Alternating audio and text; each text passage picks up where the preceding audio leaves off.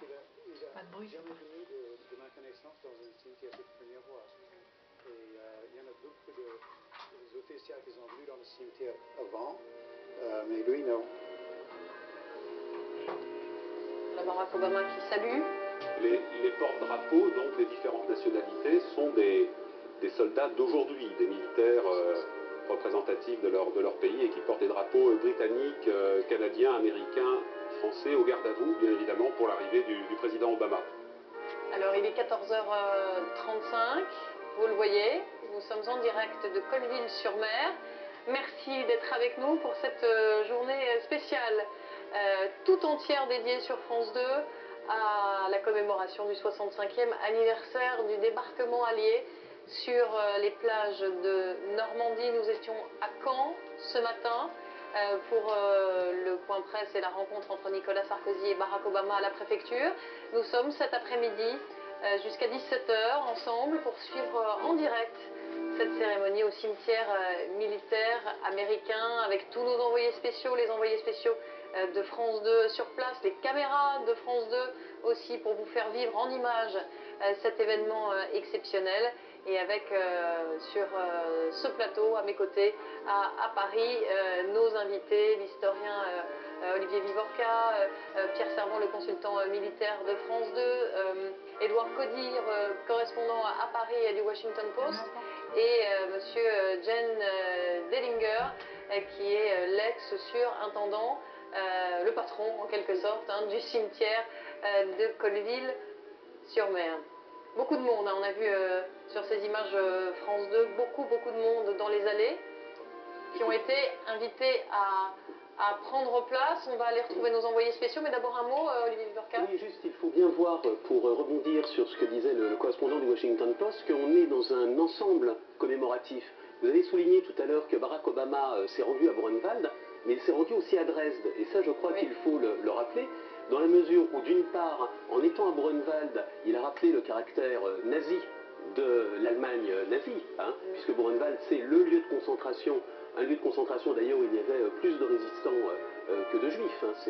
C'est Auschwitz qui symbolise la Shoah plus que Brunwald, mais il s'est rendu à Dresde, et là c'était un hommage aussi à l'Allemagne qui a souffert, puisque Dresde est connu bien entendu pour le bombardement de février 1945 qui a fait des dizaines de milliers de victimes.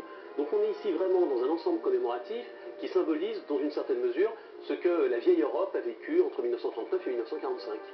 Alors, si vous nous rejoignez, vous voyez ces images en direct de Colville-sur-Mer au cimetière américain, de vétérans très nombreux, aussi nombreux que possible en tout cas, et qui ont pris place dans l'assistance.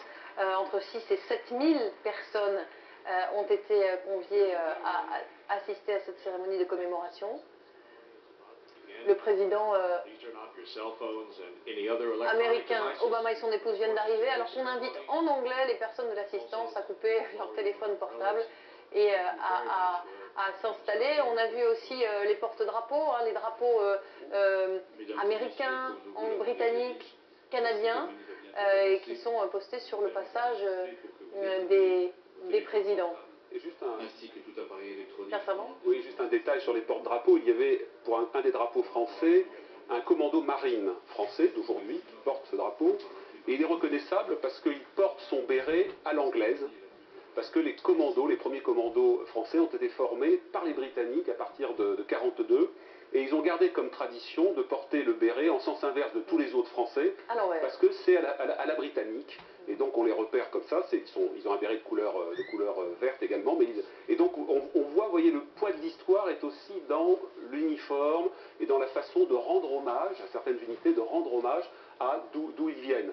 Vous avez d'autres unités des forces spéciales françaises qui portent le sigle SAS, Special Air Service, qui était le nom des forces spéciales britanniques, parce que, en quelque sorte, ces forces spéciales françaises ont été enfantées en Grande-Bretagne et sont intervenues au moment du débarquement. Olivier Vivorca. Oui, je voulais juste dire que si le D-Day est très très populaire, s'il y a autant de vétérans, c'est aussi parce que la Seconde Guerre mondiale en Europe, c'est vraiment la bonne guerre pour les États-Unis.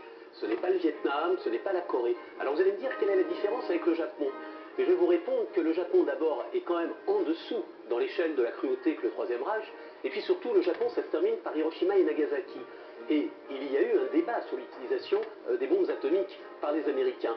Alors qu'on peut dire que côté américain, la Seconde Guerre mondiale, dans le théâtre européen, est quelque chose de totalement pur, qui commence sur les plages normandes et qui se termine par la découverte de Buchenwald et des autres camps de concentration. Alors, place au direct, hein, Pierre Servant, au moment où les hélicoptères de l'armée de l'air sont en train de se poser. Cette fois-ci, c'est le président Sarkozy et son épouse qui arrivent à Colville-sur-Mer.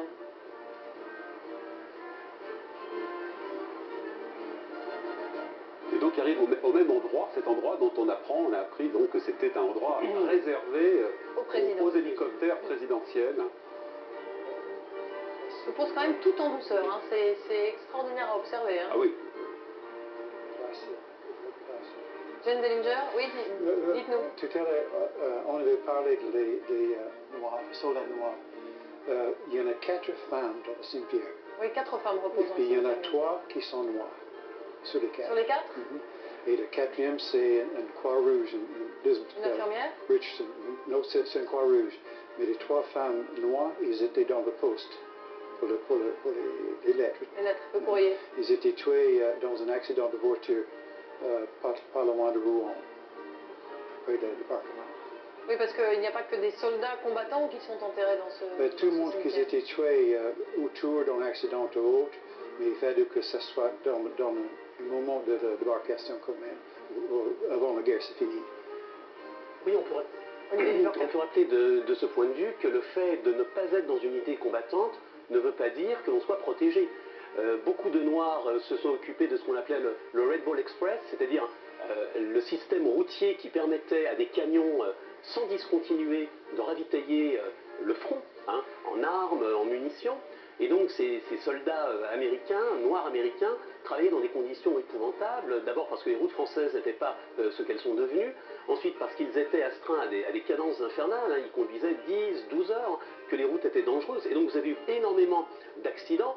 J'ajoute également que vous avez eu des accidents parce que ces soldats manipulaient des matières dangereuses, des munitions, des obus, donc des accidents arrivaient, donc vous avez eu aussi des pertes qui n'étaient pas des pertes sur le champ de bataille, mais qui étaient des pertes militaires, et qui sont quand même assez élevées. C'est comme General Patton, il était tué dans un accident. Oui, Patton, voilà, en décembre 1945. L'hélicoptère présidentiel avec l'aide de camp du président Sarkozy qui sort en suivi de son premier. fils Pierre Sarkozy, donc, et d'une amie. Voilà. Et voilà le président de la République qui descend à son tour, suivi de son épouse, de Bernard Kouchner, le ministre français des Affaires étrangères, et de son épouse. Ça, c'est une première parce que c'est la première fois qu'on voit un président atterré hors de le cimetière. C'est la première fois que vous dites qu'on voit un président. Oui, c'est la première fois que le programme ça marchait comme ça. Ils ont déjà prévenu qu'il y a beaucoup de changements, c'est pas le même programme qu'avant. Pourquoi ils changent? Je ne sais pas, je pense que les 2 présidents veulent faire ça différemment, peut-être. Alors on a vu. Et ça, ils sont dehors, c'est peut-être qu'ils veulent entrer avec le voiture, c'est peut-être ça. Donc c'est amusant parce que là, on voit l'embarquement, entre guillemets, à la fois du président et de son épouse et de la maison présidentielle, à la fois les enfants mais surtout les collaborateurs. Et donc là, ils doivent très rapidement se répartir dans toutes les voitures qui font convoi parce que la voiture du président va partir et... il faut respecter une certaine cadence. Certaines cadences, certaines distances, et ceux qui ne sont pas dans les véhicules au moment du départ, eh bien, ils restent sur place, ils rejoignent à pied. Oui, alors ça c'est étonnant, ce que disait à l'instant M. Dellinger, c'est que le protocole n'est pas tout à fait le même que d'habitude, et vous pensez que peut-être Nicolas Sarkozy a préféré arriver en voiture dans le cimetière? C'est très joli. Ben, on a déjà eu les présidents arriver en voiture au lieu de hélicoptère. Mais les hélicoptères, ils étaient restés à Caen ou ailleurs. Mais là, il va faire à peu près comme les autres. Il va arriver en voiture au cimetière et recevoir par M. Obama. Et je vois là aussi qu'il recevra M. Sarkozy devant le nouveau centre.